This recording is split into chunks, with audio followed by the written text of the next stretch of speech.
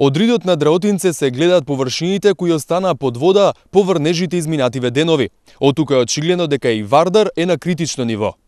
Вчера доцна попладнето реката се излеала од своето корито, но не предизвикала значителни штети. Денеска водата се повлекува, жителите стравуваат од поголеми поплави, доколку се повторат обилните врнежи. Полето е целото под вода. Нема што да ви кажем друго. Гледате сами, Вардарот сега поспадна малку, меѓутоа вчера беше стварно критичен. Патот натаму излија на водата беше преку патот.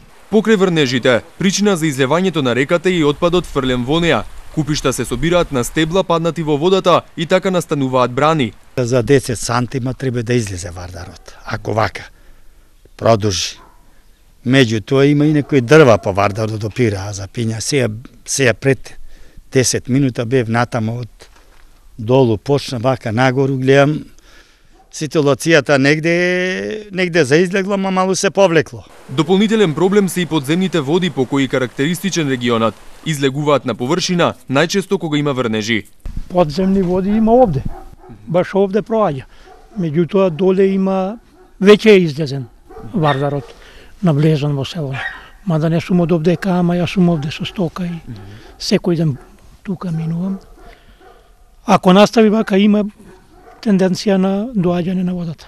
Од општина Егуновце до владата доставиле акцијски план за чистење на речните корита. Акцентот е ставен на реката Вардар. Треба да се реализира следната година. Го реафирмираме и проектот за регулација на речното корито на реката Вардар, кој беше изработен од Министерството за земјоделие, шумарство и водостопанство и очекуваме етапно, значи во неколку годишни буџети да почне да се реализира, од причини што со тој проект во секој момент речното корито на реката Вардар може да зафати над 70 или околу 70 метри кубни во секунда вода, а сега додека ако имаме во одредени делници вода од 55 до 60 метри кубни во секунда, неминовно и да има поплави и со некои мали зафати тоа тешко би се решавало, туку треба еден акцијски план, односно еден проект кој ќе допринесе за потрајно решение со поплавите во општина Егуновци.